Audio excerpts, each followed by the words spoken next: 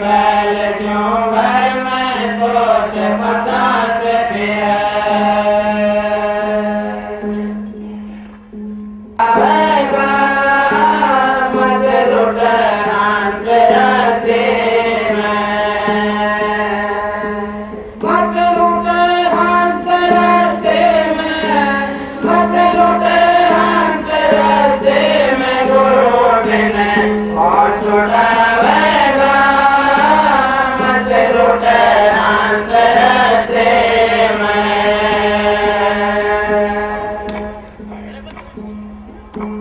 मानस सोला तार के तन नहीं बिछाया राम मानस सोला तार के तन नहीं बिछाया जन्म तेरा फिर सजावेगा मत लुट हंस रास्ते में गुरु बिन कौन छुड़ावेगा मत लुट हंस रास्ते में गुरु बिन कौन छुड़ावेगा मत लुट हंस रास्ते में मत लुट हंस रास्ते में गुरु बिन कौन छुड़ावेगा मत लुट हंस रास्ते में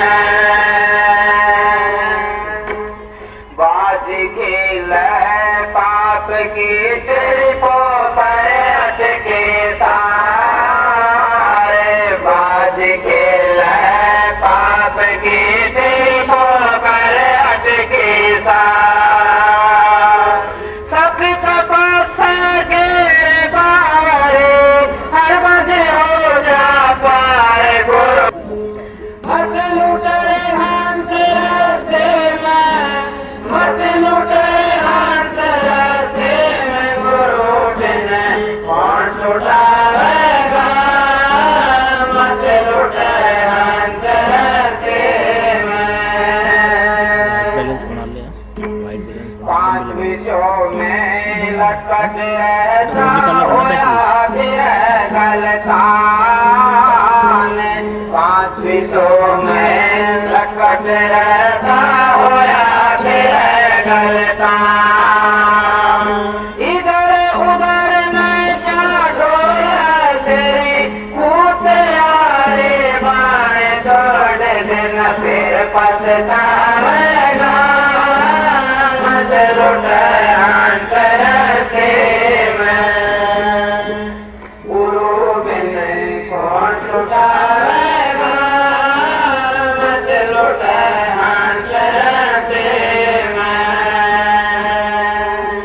मत लुट हंस रास्ते का झगड़ा है भाई पच पच गया जहां में सत्य सत्य का झगड़ा है भाई पच पच गया जहां कबीर सुनो भाई साधो बदले में आत्म राम लौट के फिर नहीं आवेगा मत लुट हंस रास्ते में हंस रास्ते में मत लुट हंस रास्ते में गुरु बिन कौन छुड़ावेगा मत लुट हंस रास्ते में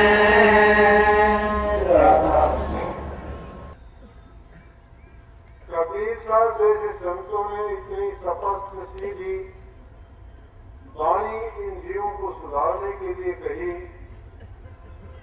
कि शायद ही उन्होंने कोई क्षेत्र ऐसा छोड़ा होगा कि जिसमें जीव के प्रति उन्होंने खोल के शिक्षा न दी। ये वाणी भी अनेक बार गाई जाती है, अनेक बार आप सुनते हो। अगर गहराई से अध्ययन करो उन बातों पर, अगर सोच के देखोगे तो उनका कोई मोल तो नहीं। जीव के कल्याण में संसार के पदार्थों की इच्छा सबसे मोटी बाधा है। किसी भी सत्संग में जाओ, किसी महापुरुष की वाणी वचन सुनो या किसी धार्मिक ग्रंथ को खोल के देखो, मुख्य रूप से व्याख्या करते हैं कि काम, क्रोध, लोभ, मोह, अहंकार ये 5 दुश्मन जीव को घेरे हुए रखते हैं। ऐसा मानते हैं संसार में इनको 5 विषय लिखे रहते हैं। ये 5 ऐसे दिरक, ऐसी बीमारी लगी है जीव को जो इसको कभी नहीं निकलने देती। क्रोधी आदमी को कभी शांति नहीं मिलती है, लोभी आदमी की कभी तृष्णा नहीं भरती है, कितना ही उसके पास कुछ भी आ जाए लेकिन वो लोभ के वश चलता ही रहेगा।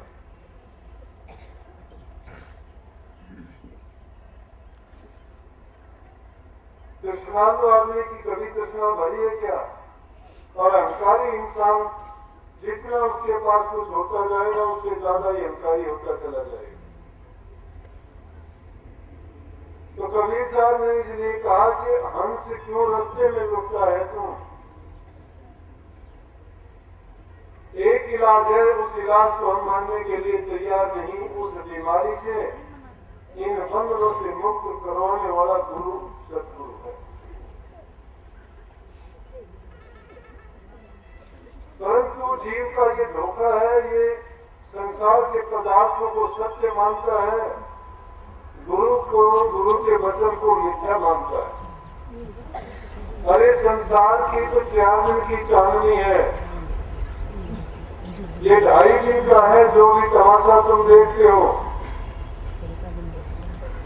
जो पीछे होके गए हैं उनसे अगर पूछ के देखो कि संसार में कितने दिन गुजारे, 2.5 दिन गुजारे हैं।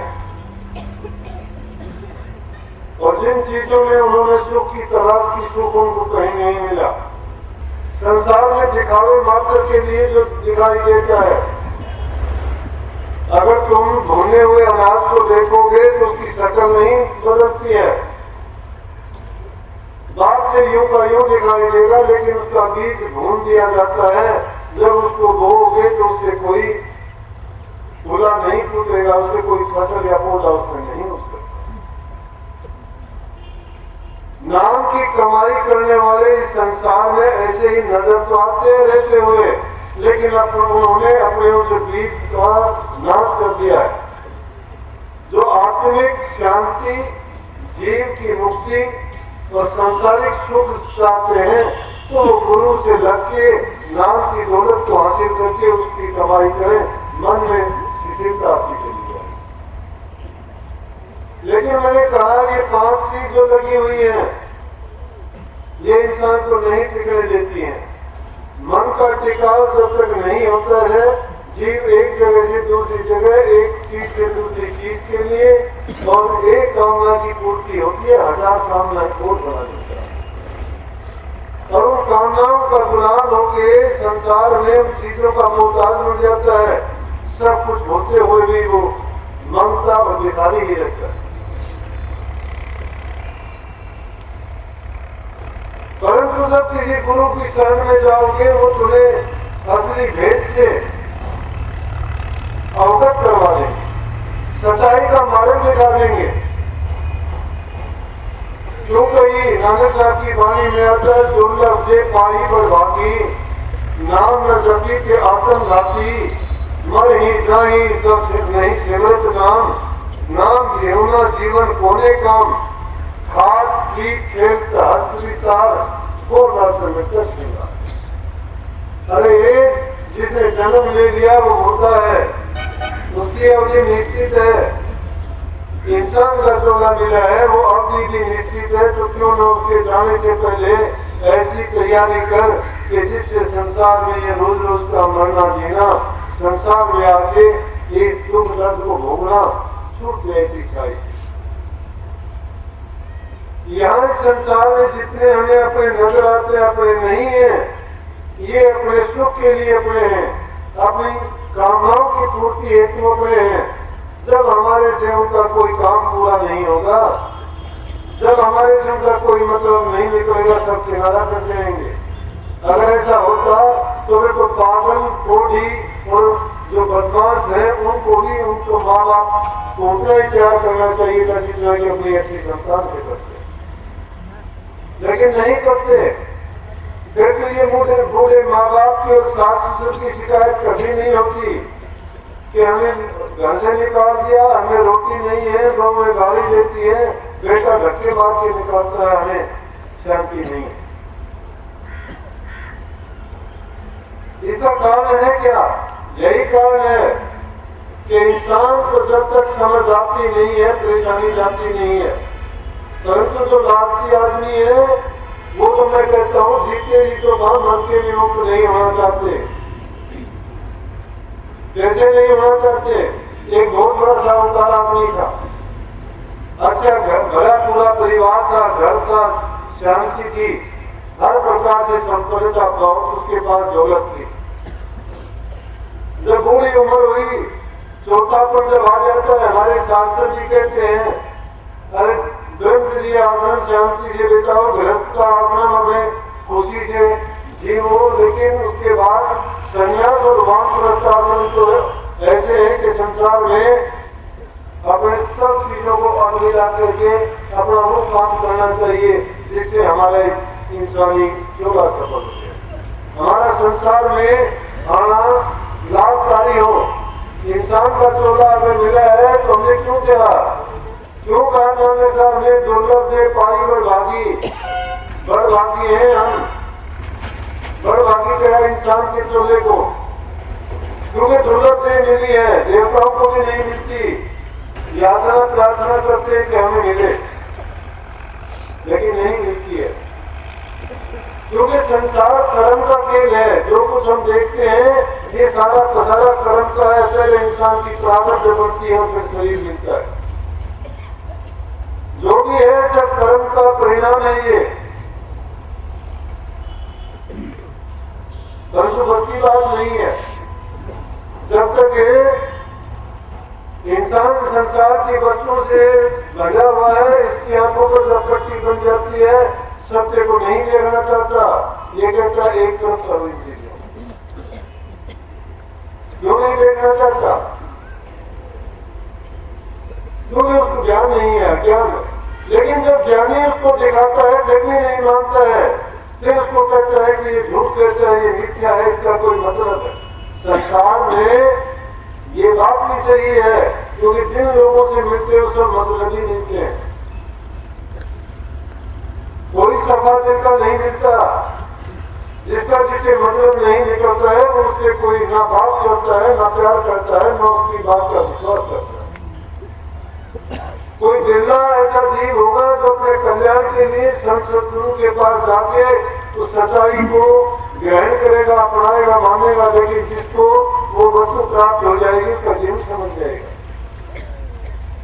बात मेरे साहूकार की कही थी, बहुत धनी आदमी था, सियानी उम्र होगी, बच्चे जवान हो गए, कहने लगे पिताजी आपको इन चीजों से क्या है, क्यों बेकार की चीजों में आप हाय तो बात करते हो, आराम से बैठो, दो बड़ी भगवान का भजन किया करो, शांति से रहो, आपकी तरफ से क्या है कि सब होता रहेगा ऐसे। लेकिन क्या वो नहीं मानता, कहने लगे आप यहाँ नहीं रह सकते, हरिद्वार से ले जाओ, हरिद्वार में अच्छा वातावरण है, वहाँ धार्मिक स्थान है, लोगों को देखोगे, लोगों की भावना है, श्रद्धा जुड़ी हुई है, बहुत लोग वहाँ आते जाते हैं, किसी से कथा सुनोगे, किसी से कहानी सुनोगे, कोई सत्संग मिलेगा, आपका अच्छा टाइम व्यतीत होगा और साथ ही साथ भक्ति भी आपकी बनती रहेगी। बोला कि मैं हरिद्वार नहीं करने वाला, क्योंकि जिसके भाग्य में नहीं लिखा होता उसको कौन तो क्या कर देगा, यही तो कर्म है। लेकिन हम दोस्त किसको देखते हुए कहते हैं कि मेरा भाग ऐसा था, मेरा कर्म ऐसा है। कर्म तो जब बढ़ाओ किसको बढ़ेगा, कर्म बढ़ाना नहीं चाहते हैं, जो दूसरे को ठोकते रहते हैं वो बात नहीं बनती। कर्म करने के लिए जीव को स्वतंत्रता दी गई है, जीव अगर चाहे वो कर्म कर सकता है। परमात्मा को दोष देना भी गलत है, वो तो देखता है, जो चीज जैसा करता है। बुरा करने वाला अपना बुरा परिणाम भुगतता है, अच्छा करने वाला अपना अच्छा भुगतता है।